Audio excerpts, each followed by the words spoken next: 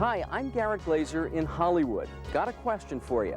What's gay, lesbian, and on TV? This is the show that's going to give new meaning to Satellite Dish. A show where people are free to be themselves openly, honestly, and without guilt. I think it's an exciting time to be a gay or lesbian person in America.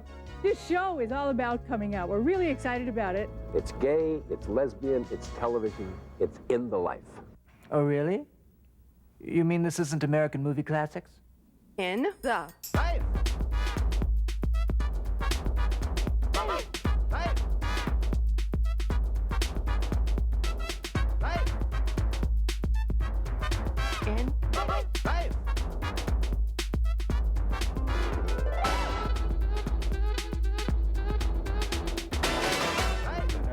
Well, I've got a dinner date at 10, so we've got to be finished, don't we?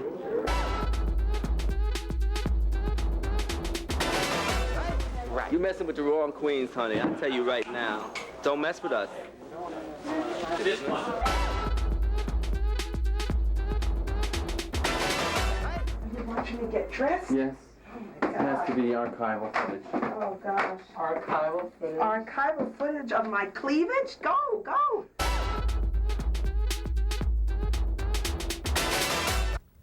Well, people knew that like, people were gay, right? Oh, of course we knew people were gay.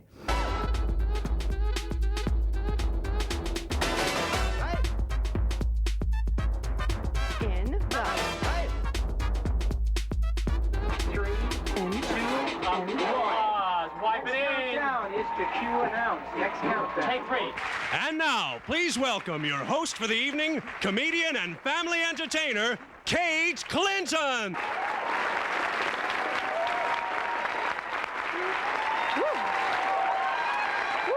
Thank you very much. Thank you. What a way to come out. Thank you. Thank you so much. What a way to come out. So many cummerbunds, so little time. Do you know what I'm saying? Well, welcome to In the Life, which is news and comment and commentary on the gay community. Very, very exciting show. I am your host. This is the show that's going to give new meaning to Satellite Dish. I'm sure you understand. I am your host, or as I like to think of it, the dominatrix. Well, it's tough to be a dominatrix in a kinder, gentler nation. So I am your host, and I think this makes me one of 3 short-haired women on television today. Correct me if I'm wrong. It's CJ from LA Law. Those fans are here. Maggie from Northern Exposure. Yes, and me, Kate Clinton from In the Life. We are broadcasting from the Times Square studios. Right here is where Geraldo Rivera used to do his show. You're totally wickedly impressed. I can see that. Actually, I think it's right on this spot that Geraldo had the fat liposuctioned out of his butt and injected into his face. Or was it vice versa? Well, anyway, it is a pleasure to be here. This is, the area I'm standing on is fairly slick. But so is this show, so is this show. Now, I know a lot of you are thinking, gosh, not another show on gays and lesbians on television.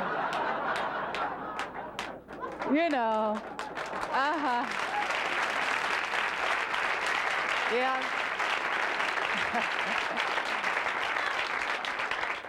Didn't Wayne and Garth and Laverne and Shirley, The Odd Couple, pretty much say it all? Do you know? And I know still at home there are people who are going, a show on gay and lesbians? Ick at night. But luckily, we've thought of everything, and we are closed captioned for the homosexually challenged. Isn't that wonderful? So, this is a great show because a lot of people just don't know about gays and lesbians. The only way a lot of people know about lesbians is through talk shows, which is not great. It is not great, especially during Sweeps Week. How many of you remember seeing that show about lesbians and every time, and why did they always put the titles under people's heads? Why did they do that? They showed this very fierce Amazonian-looking babe, fabulous, and I can make fun of her because she's my people. And every time she would show up, there'd be a little caption under her head that said, lesbian who hates men. Like we have time. You know? No. You know.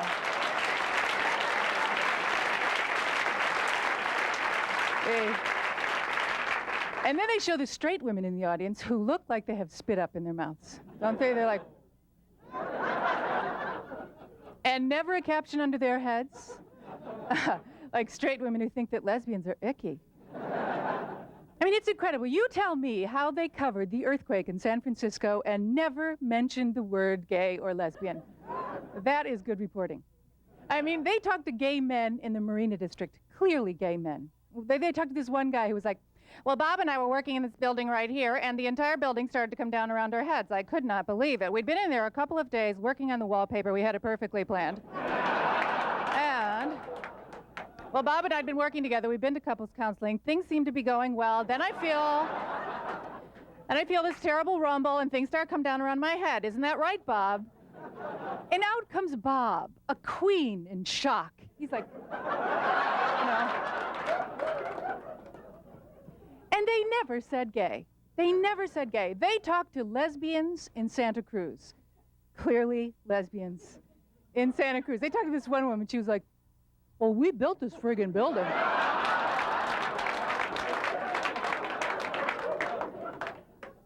And they never said lesbian. Not that Tom Brokaw could say lesbian. He couldn't say lesbian, but you know, I know women who wouldn't say lesbian if their mouth was full of one.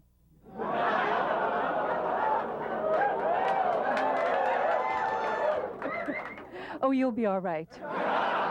You know, already you have seen more gay men and lesbian on television, on network television, than you have seen ever. In 3 minutes you've seen it, but I don't know if that counts the opening ceremonies to the Summer Olympics, but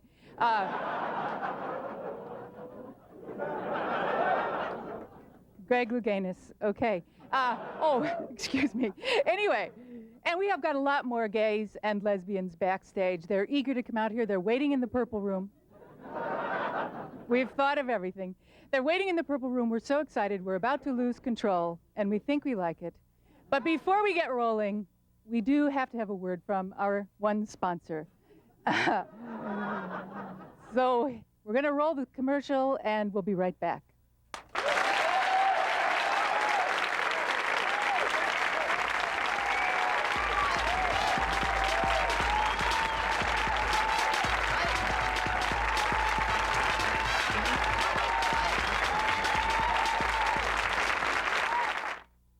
June 29th, 1969, Stonewall, that historic night when gays and lesbians fought back, signaling the beginning of a new liberation movement. And now, the Christopher Mint is proud to present the Stonewall Collection, a special tribute to that night.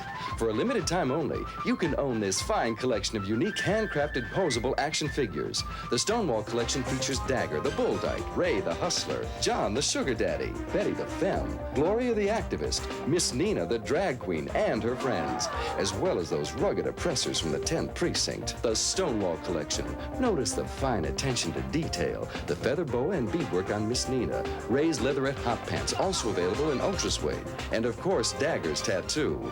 Enjoy them in the comfort of your own home. Order now and receive the handsome Paddy Wagon carrying case. Other Christopher Mint collectibles have already tripled in value. The Stonewall Collection from the Christopher Mint. It's a celebration of liberation. It's a collection you'll be proud to pass on from generation to, generation. And now we welcome to our stage here at In the Life an openly gay comedian. You've seen him on Joy Behar, you've seen him on Comedy Central, openly gay comic, and now he's on MTV. Please welcome Frank Maya. Thank you. Thanks very much. Thank you very much. You know, I'm doing this gay comedy around the country, straight audiences, gay audiences. People say to me, isn't it weird going out there? Is it scary, you know? And actually, you know, it depends on the city you're in. Like, I was recently in San Francisco. Now, San Francisco is so gay, it is ridiculous. You know that, right? I mean, I live in the gay section of Manhattan, you know, the West Village, you know, it's kind of dark and dingy, but I don't know if you know the Castro. The Castro is so, like, pretty, it gets me sick. Okay, it gets me sick, basically. I mean, all those little Victorian houses painted gold and pink and orange and perfect window boxes and people in leather leaning out going, hello, good morning, we're gay, hi, you know.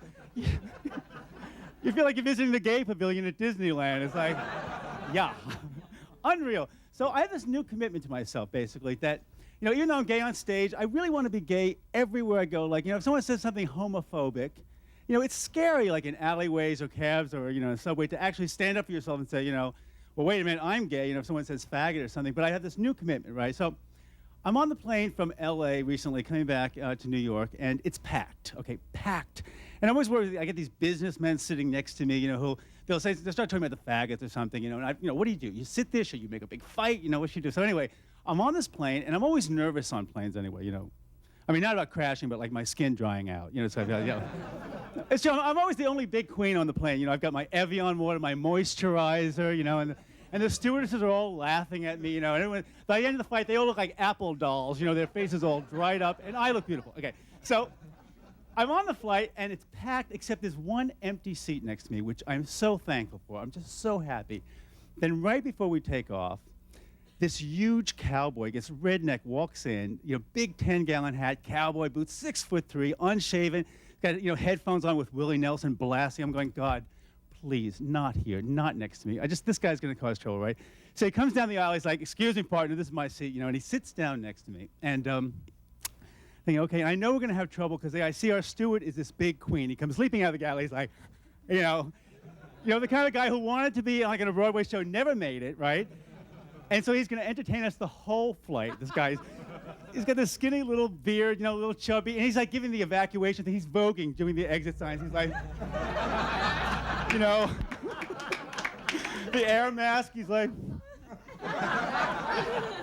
big entertainment, right? And so he comes down the aisle, he sees me and the cowboy, and he thinks we're boyfriends. He's winking, he's going, hey, boys, you know, right, free drinks, you know. The cowboy's looking at me going, oh, God, you know, like, and I'm thinking, don't start in. Please do not start in. So anyway, we go up in there. He's like drinking and listening to Willie Nelson. And after a while, he starts getting friendly. He goes, you know, where are you from? I said, Manhattan, you know. And he goes, well, what part? Now, I know if I say West Village, right, the guy's going to know I'm gay. He's going to start needling me like, you know, do you have a girlfriend? You know, this kind of business, right? So I go, I have to be honest. You know, I say, well, actually, I'm from the West Village. And he looks at the steward and he goes, aren't there a lot of them down there? So I'm thinking, oh, God, here we go. Okay, the trouble is going to begin. But I have to, you know, I'm going to die, but I don't care. I'm going to say something, right? So I go, well, actually, you know, I am one of them. And all of a sudden he looks at me and goes, so am I. He was a big queen. All of a sudden I'm flying with Paul Lynde. He's like, oh, God. You know, drunk out of his mind. All of a sudden he takes away all the Willie Nelson tapes, puts them away, puts on Judy Garland at Carnegie Hall. He's drunk going, ding, ding, ding, where's the trolley? Thanks a lot. Thank you.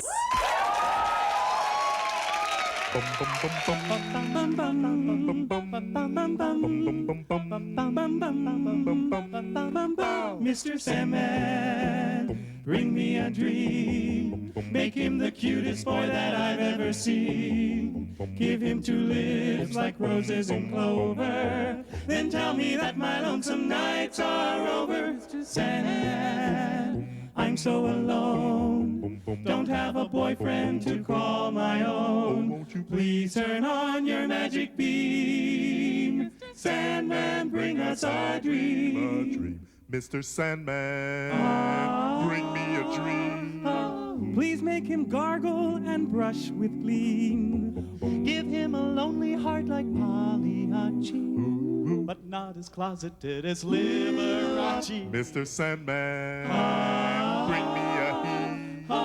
Give him a basket of flowers for me. Won't you please turn on your magic beam. Sandman, bring us, please, please bring us. Sandman, bring us a dream. A dream.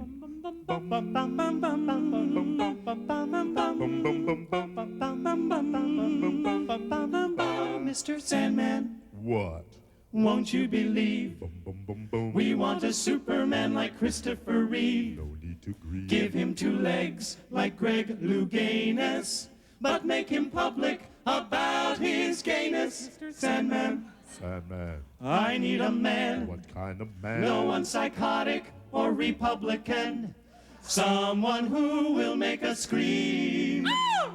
Sandman, bring us, please, please bring us. Sandman, bring us a dream.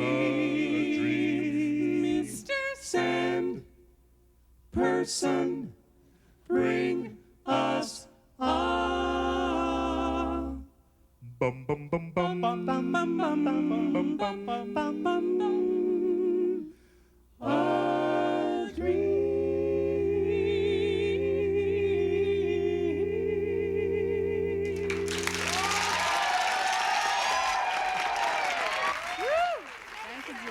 Wonderful. Thank you. Do we have any self-identified straight people here? Now, don't be ashamed. No, Reach down and come out, and You know, we kind of noticed that whenever we go traveling around the country performing, we ask if there are any self-identified straight people. The hands very tentatively go up, and they look to the left, and then they look to the right. And we, of course, in the lesbian, gay, bisexual community, appreciate the difficulty that coming out constitutes. I do. we don't like to generalize, but we do find that our straight friends often do not have the flexibility in the wrist that really we think is very helpful. And so if our friends out there in the audience who are straight, and some of these camera people look a little suspicious to me, and we're going to demonstrate the many, many uses of a flexible wrist. We're going to demonstrate to you the official flirt greeting when we've been traveling and we need some way to find each other when we arrive at airports from different cities. This is how we recognize each other and what we do.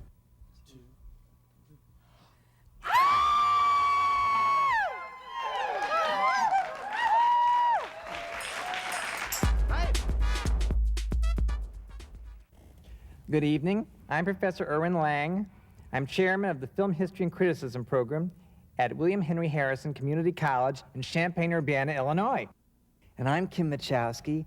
I'm a member of the Santa Fe Women's Film Collective. Tonight we're showing clips from some of the truly amazing new films that will be playing in film festivals across the country.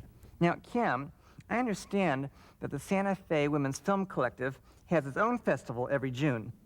That's right. We're showing some really great films.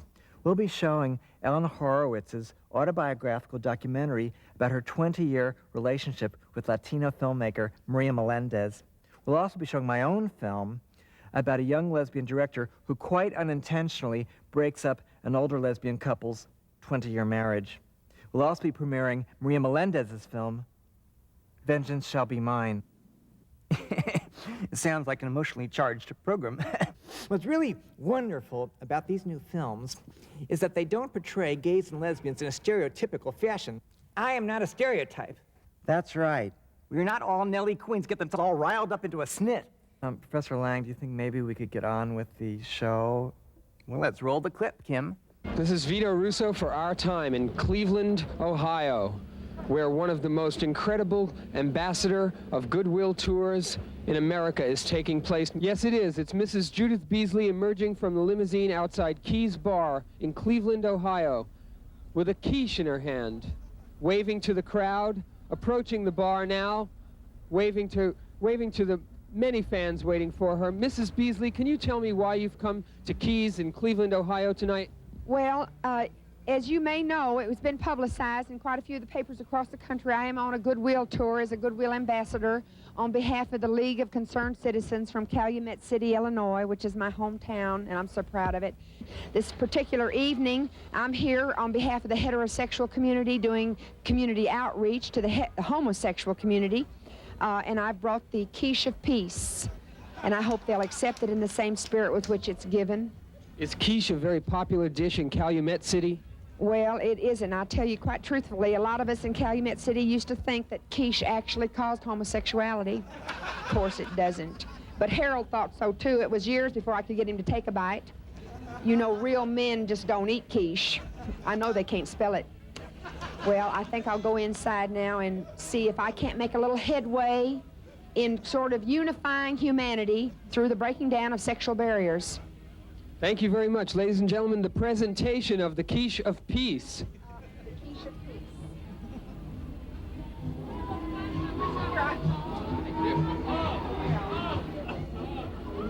Do you think that was in the spirit in which it was intended? They didn't act like they wanted me to come inside, did they? Well, maybe they don't want to be photographed. Well, you know, and I don't blame them. They're very vulnerable in this society.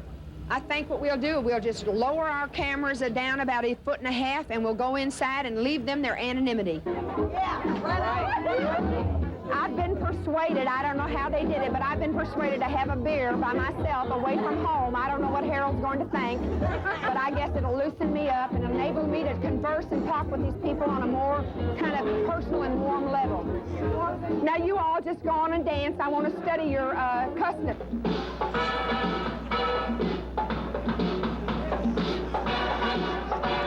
You know, it saddens me because so often as I've traveled around the country visiting these establishments, so many of the young women I've talked to, first of all, they will not let me shoot them from the waist up.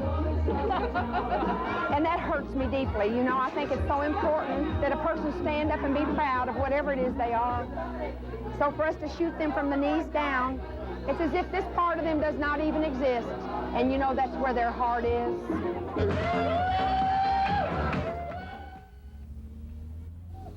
Mrs. Judith Beasley emerging from Keys, a bar in Cleveland, Ohio. Mrs. Beasley. Well, I know why we don't see many homosexuals on the street. They're all in there. And if you go inside, I think you can get a piece of that quiche. And now from our studios in Los Angeles, Willie Tomlin.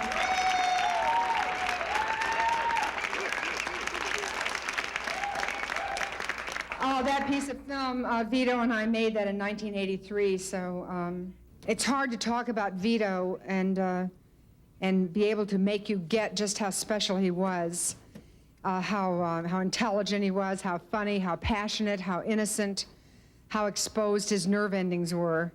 One of my earliest memories was in telling him about something that had happened to me one night after I'd moved here to California from New York. And I had been invited, it was 1969, and I had been invited by a friend to meet Chita Rivera. And we met up on the Strip at a place called Dino's. 4 of us, we sat in the back until very late talking and drinking. And in those days, I was compulsively confrontive. My antennae were always up. I was just waiting to challenge somebody, anybody that I thought was doing anything even remotely politically incorrect. And so we were sitting there, and Chita has a kind of New York accent anyway, and it talks real fast, and it's not always real easy to understand. And so she had begun talking about the boy dancers she was working with. And of course, I'd already bristled a bit at the phrase boy dancers. And suddenly I heard her saying, "Purse Nelly." And you know, my eyes went like slits, and I cut her right off, and I said, "What did you just say?" And of course, she had no idea what I was driving at, and she said, "When?" And I said, "Just a minute ago. You said something about your boy dancers. What was that supposed to mean?" And totally innocent, she said, "I don't know what. What do you mean?" And I said, "A minute ago, what did you say? You just said something. I don't understand what that means at all." She says, "What did I say? What did I say?" I said, "You said Purse Nelly. What's that supposed to mean?" And she said, "What, Purse Nelly? You know, personality, personality, personality." And I realized she meant personally. And and of course I fell on the floor laughing. And when I got home, I called Vito because he was so political, and we were so on edge that way and so confrontive. And when I told him, of course, we just roared laughing. But ever after, personality became a kind of reference between us. And he always used it in his letters to me. We began our own festival this year in Champaign-Urbana. The college wouldn't have anything to do with it, so I began showing films in a gay bar downtown. That's truly empowering and visionary. Well, it's very hard. I had to do everything myself. Try to find one queen in Champaign-Urbana who will even make a cheddar cheese dip for the opening night reception. What sort of films did you show? Well, we showed classics like Boys in the Band and Taxi Zoom Clo, and some films by local directors. You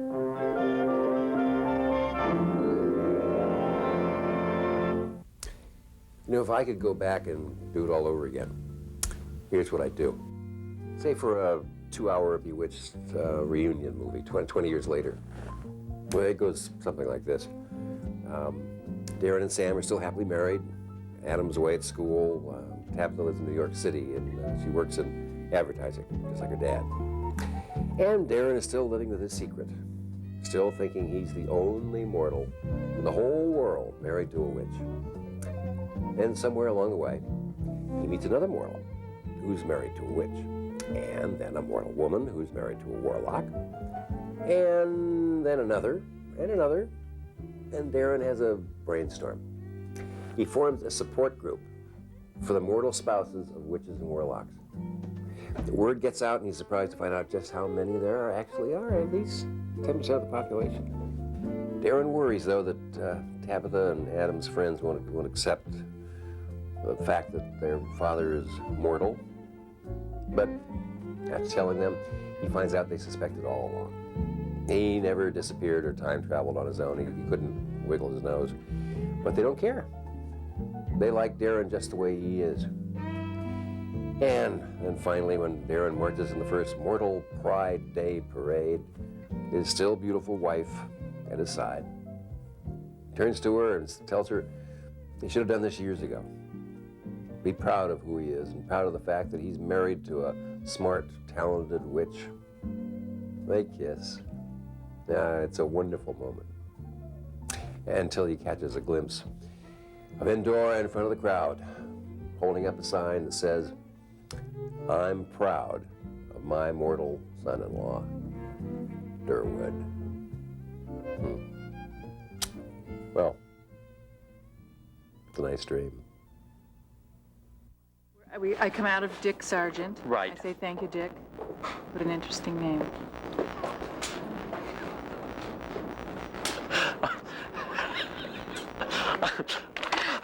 Okay. One Brooklyn accent is my sister Ellie, and she talks like this, and this is her accent, and that's her accent. Another accent is my mother's accent. This is the older generation's accent. Of course, then there's my grandmother. This is the accent, the Jewish immigrant accent. But then there was a person I went to school with, which was much more, "Are you cutting? You know, I'm cutting. Are you cutting?" That kind of accent. Please help me welcome Sara Cytron.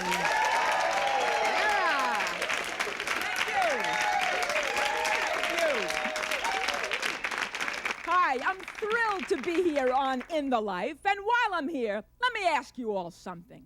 Have you seen this road sign that I see when I travel around the country? It's a very strange sign. It says, "Adopt a highway."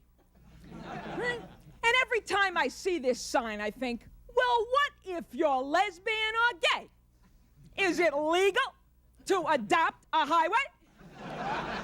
I mean, isn't there a danger that somehow you'd influence the highway? And it would become a lesbian highway? I mean, can you imagine all the traffic accidents when nuclear families realized what they were driving on? Now, of course, these prejudices affect our entire lives, and we all know that as women, as lesbians, as gay men, we are denied certain very basic human rights. I mean, let's face it, the last time most people in this society cared about my rights, I was a fetus. That's right. That's right. Yes. And the next time they'll care about my rights is when I die and come back as a whale. In between, they're not really interested. And it was especially difficult growing up as a butch. I mean, I refused to carry a pocketbook. I refused. I used to keep all my extra sanitary napkins in my pencil case.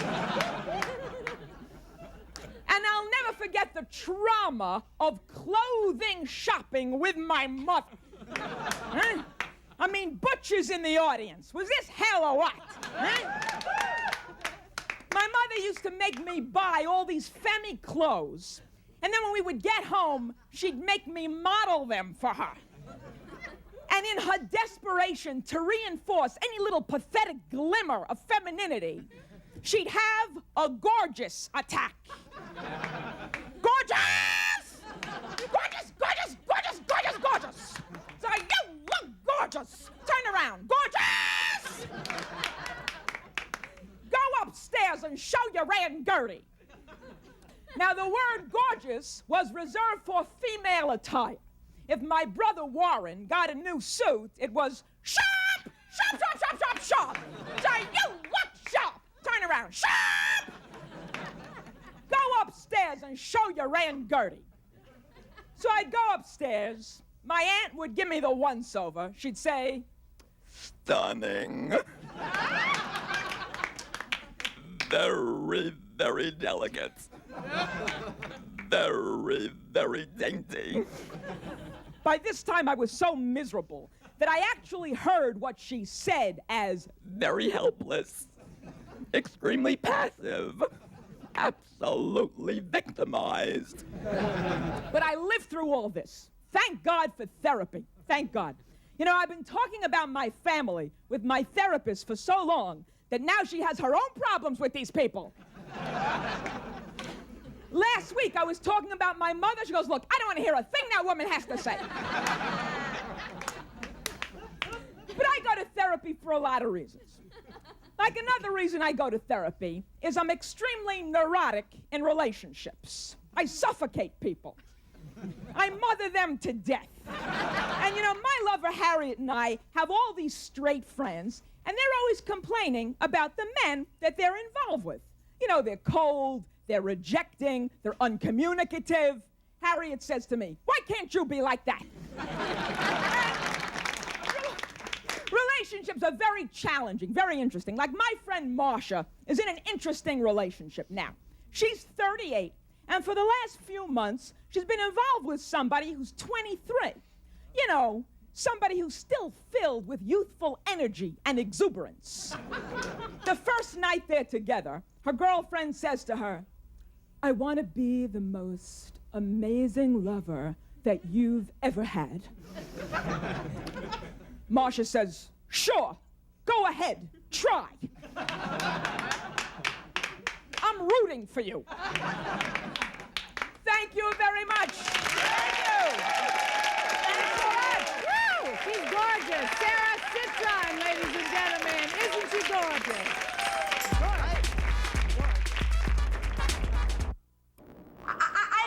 Sara, that was wonderful. Thank you. He'll call you. He'll call. Okay. What do you consider the high point of your career? High point, my career. Well, I tell you, I never really got the roles that I wanted. I can't say there really was a high point. I mean, I should have played Scarlett. I was up for that. I was supposed to do Now Voyager. Bette got that. I was supposed to do Mrs. Miniver. Greer got that, got an Oscar. I was just, you know, I don't know, I didn't play the game or something. Officer, I have killed a man. He's lying before me by the fire, riddled with bullets. Send your men round at once. Afraid? Why should I be afraid? To get where I am, I've had to crawl my way up from the gutter. Believe me, the mink's paid for. Why should I be afraid of one dead gigolo? Your film, would you ever play a lesbian role? Well, I was never asked to do what lesbian role. There's never any films about lesbians in Hollywood. Can you imagine? Well, tell me about Strange Journey. That's an interesting picture. Now, why would you mention that? Why would Strange Journey have anything to do with lesbians? Well, a lot of people consider those characters lesbians. Says who? Oh, that's absolute trash. No, those two girls were best friends. People read all sorts of things into films today. Whenever you bring out your grandmother's china, I know you have something on your mind. Claire, I have to tell you something. So wonderful. I can't keep it a secret any longer. What is it, Sally? You know you can tell me anything. We're like sisters. Closer than sisters. Bill has asked me to marry him, and I've accepted. I wanted you to be the first to know. Are you happy for me? Happy for you? How could you? How could you sell yourself so cheap? How can you let him touch you with his coarse, clumsy paws? It sickens me, the very thought of it. I'd rather see you dead than in his arms. Claire, what are you saying? It's mad, that kind of talk. You're right. I don't know what I was saying. Of course I'm happy for you. You know how much your happiness means to me.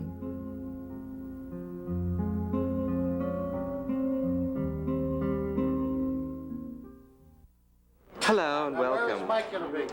I'm tired of people saying that gay men are effeminate. I find it offensive. Stereotypes die. Gay men are not effeminate. We're just ourselves. Ladies and gentlemen, please welcome your host for the evening, Garrett Glaser.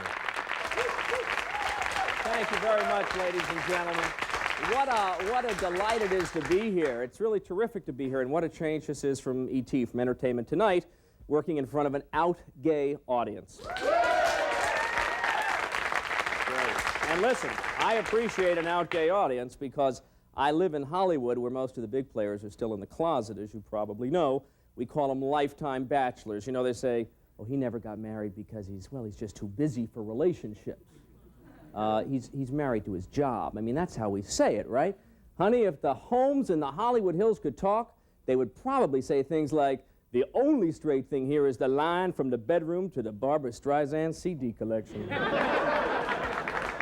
If you know what I'm saying. Listen, it's not surprising. I mean, after all, Hollywood's major export is fantasy, right?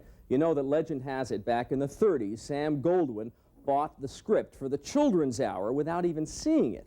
And when an assistant told him, Sam, the girls in that play, they're lesbians, Sam is reported to have said, so we'll change it. We'll make them American girls.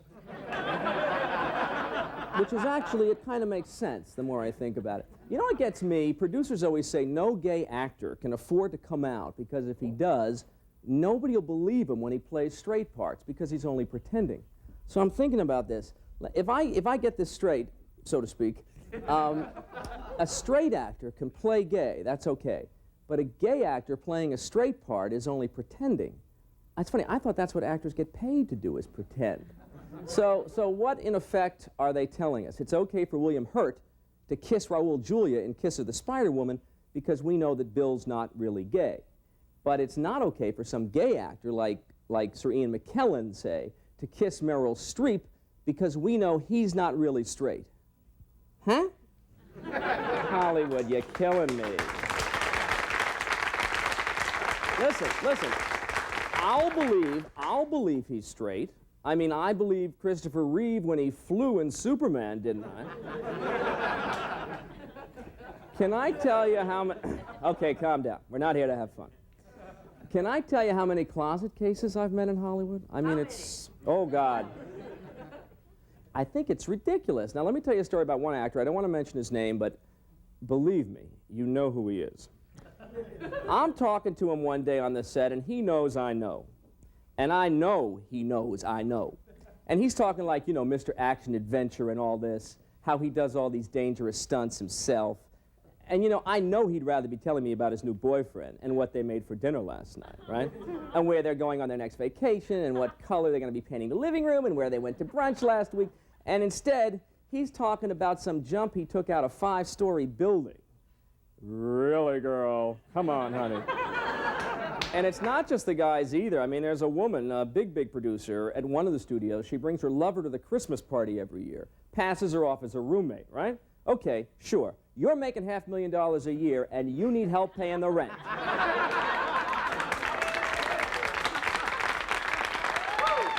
Spare me, honey. Spare me. I wonder if this is who I think it is. It can't be. Ladies and gentlemen, I think there's somebody in our audience I want you to meet. Camera one, can you get a shot of her? This is one of our greatest stars, a woman who taught generations of gay men how to walk, talk, smoke, and serve a parakeet for lunch. She's a legend who needs no introduction. Of course I don't. I never have and I never will. Thank you.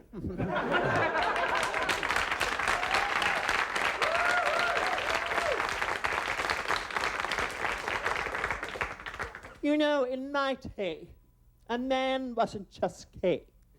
He studied to be a queen.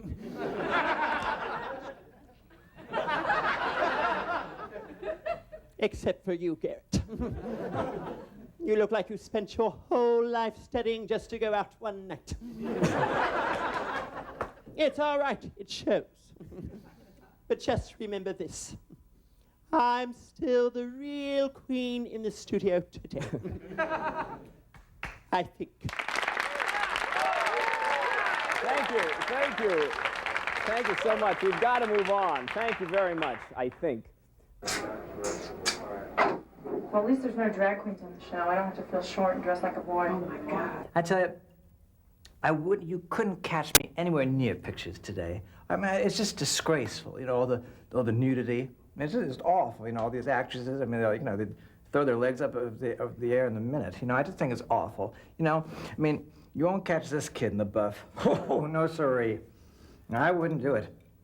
We've scoured the world of adult video to bring you the film that no one has dared to make.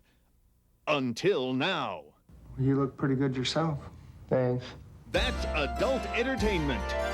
It's the all-talking, G-rated, no-action adult film. It's touching. It's tender. Is it all right if I come over for a while? It's a compilation of great dramatic moments. Who the hell are you people? I'm the delivery man. Hi, I'm Richie. Hi, I'm Kurt. Richie's friend?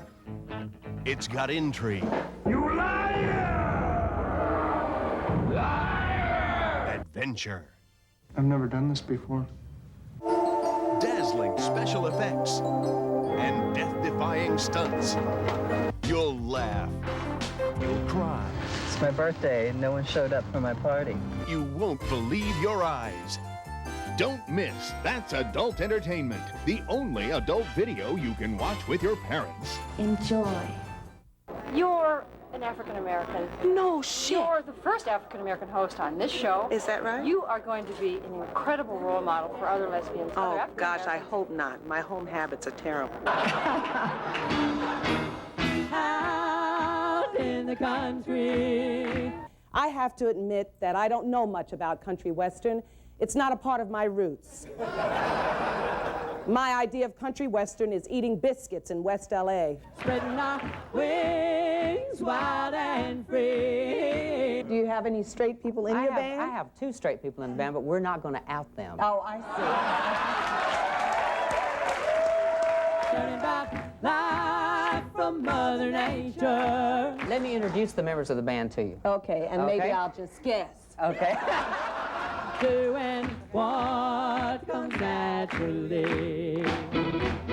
Out in the country, spreading our wings wild and free. Learning about life from Mother Nature. Doing what comes naturally.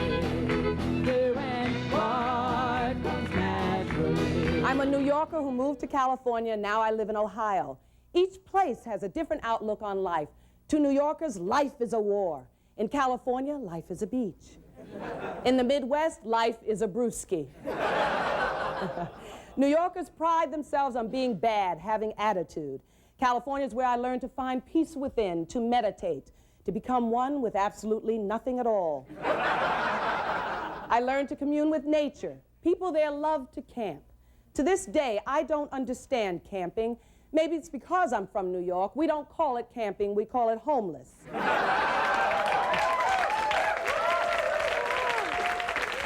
am not leaving my apartment to go lay outside.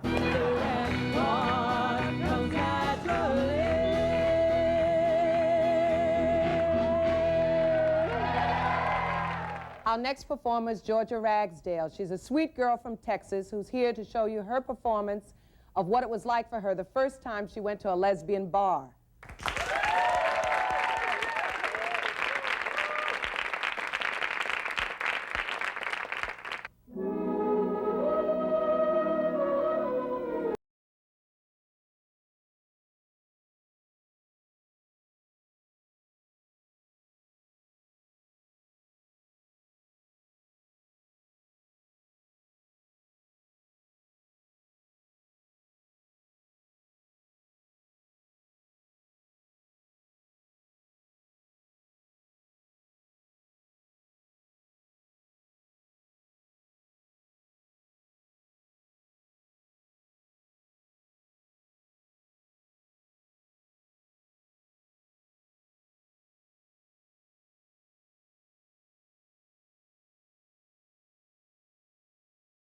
paradise.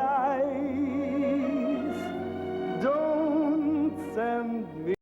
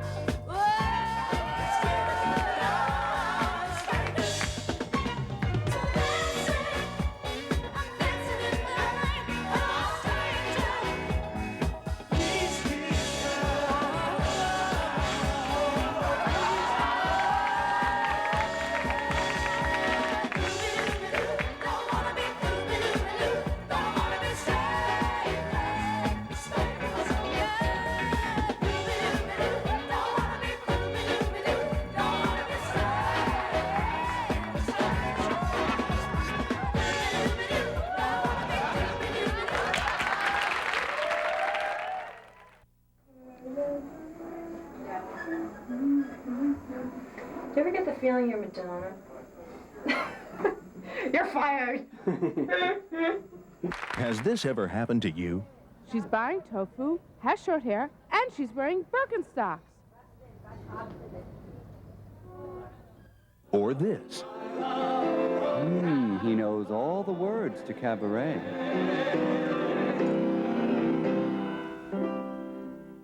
Now you can kiss those embarrassing moments goodbye forever with new gaydar, the patented detection system that lets you know for sure just who is and isn't gay. Gaydar goes everywhere, to your favorite restaurant, to the movies, to the office, even to family reunions. Dad? Wear it when you're exercising. Or just wear it around the house. Fifi! New gaydar. Handy, lightweight, foolproof, and available in 12 fashion colors. Order gaydar now and join a family of satisfied customers. I found a lover. I found a softball team. Don't spend another second wondering. Get gaydar now. Only $49.95, not available to right-wing senators or television evangelists. New gaydar, because after all, we are everywhere.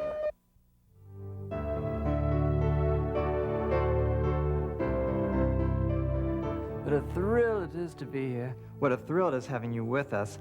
I'm such an enormous fan. You know, I think I've seen just about every one of your 87 movies.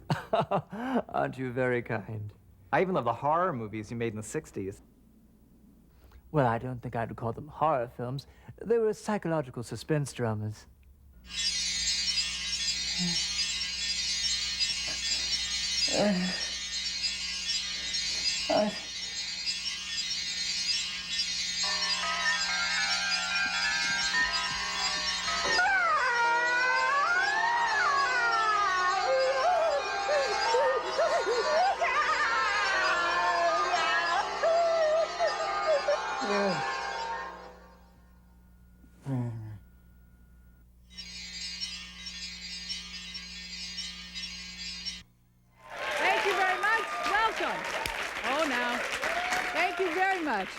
Welcome to our show, In the Life. First of all, I have to thank all of you for coming out. There are people who are puzzled in Iowa right now. They're going, coming out? What does it mean? Actually, sometimes we do need a signer for the heterosexually challenged, don't we? It's true.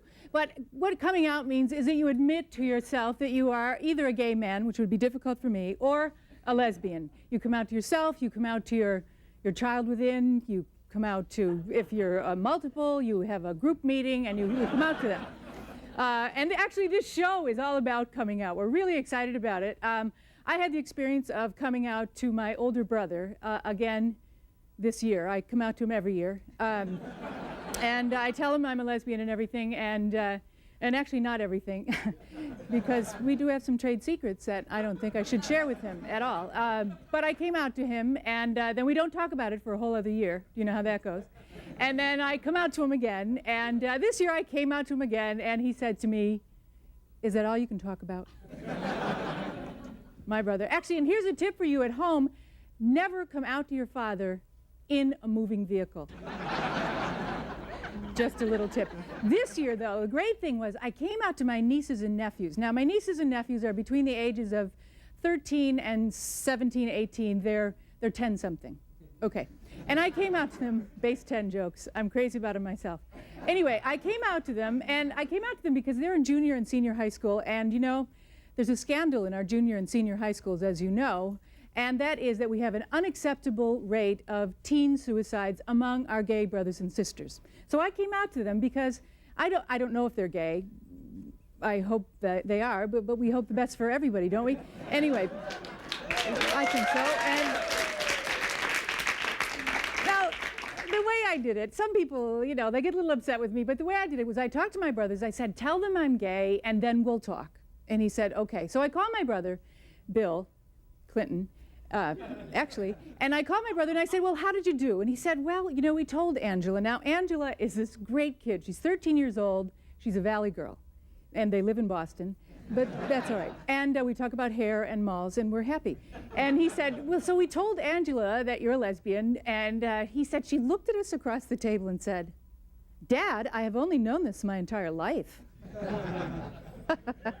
You got to come out. I'm coming out to my nieces and nephews. I'm coming out to my 3-year-old niece. I've come out to my little 6-year-old nephew. It's working. The other day, my sister called me, and she said, "Well, I just went by Grace's bedroom, and Grace, who's 3 years old, had a friend over, and she said, I heard Grace say to her friend, 'Let's pretend we're gay.'" And then the little friend said, "Well, what does gay mean? What does that mean?" And my niece said to her, "Gay means when two girls get together, dance, and have fun." Yes. I know. Certainly. Thank you. Certainly some family values we can all get behind. Yes, yes. Well, thanks very much. Right now, we'll be right back.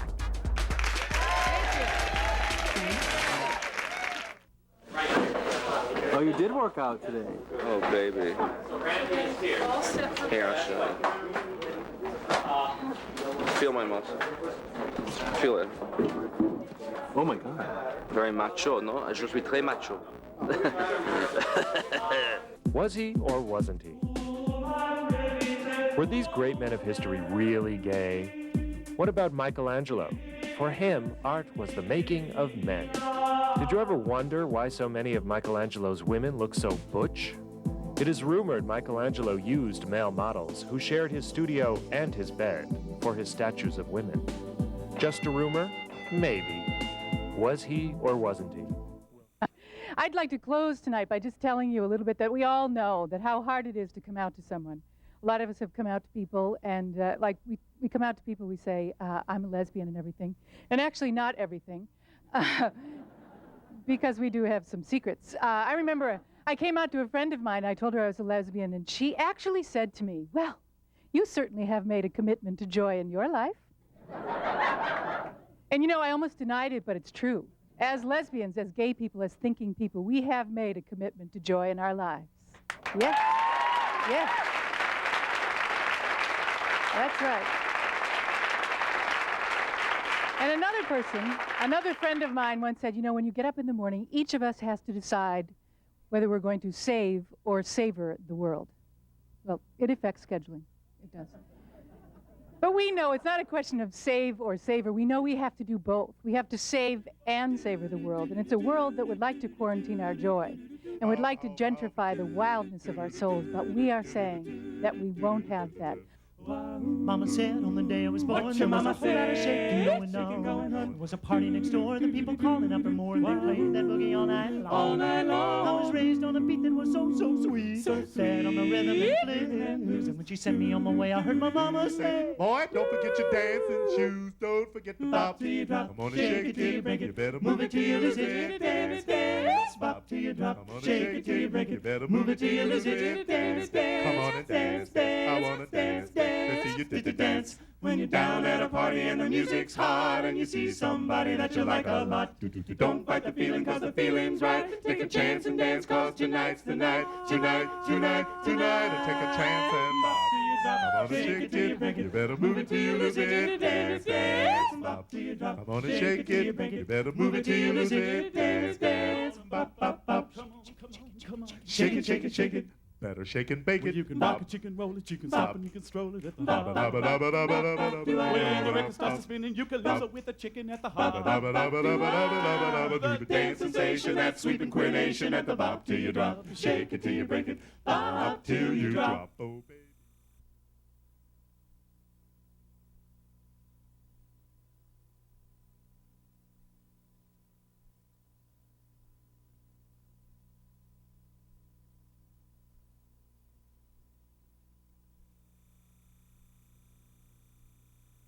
We've scoured the world of adult video to bring you the film that no one has dared to make. Until now. You look pretty good yourself. Thanks.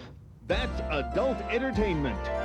It's the all-talking, G-rated, no-action adult film. It's touching. It's tender. Is it all right if I come over for a while? It's a compilation of great dramatic moments. Who the hell are you people? I'm the delivery man. Hi, I'm Richie. Hi, I'm Kurt. Richie's friend? It's got intrigue. You liar! Liar! Adventure. I've never done this before. Dazzling special effects. And death-defying stunts. You'll laugh. You'll cry.